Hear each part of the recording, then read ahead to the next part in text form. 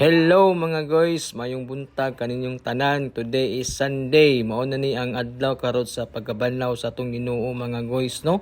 Ug nagasihan kita karong adlaw mga guys, kay pero ubay-ubay gyud ang nagpalitson sa tuwa karon, no?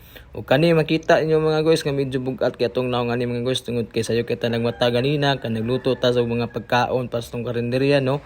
Ini guman atong luto dito mga guys sa tabang na pud ko diri. Nagpasalamat na po ko guys kina akong mga uyuan.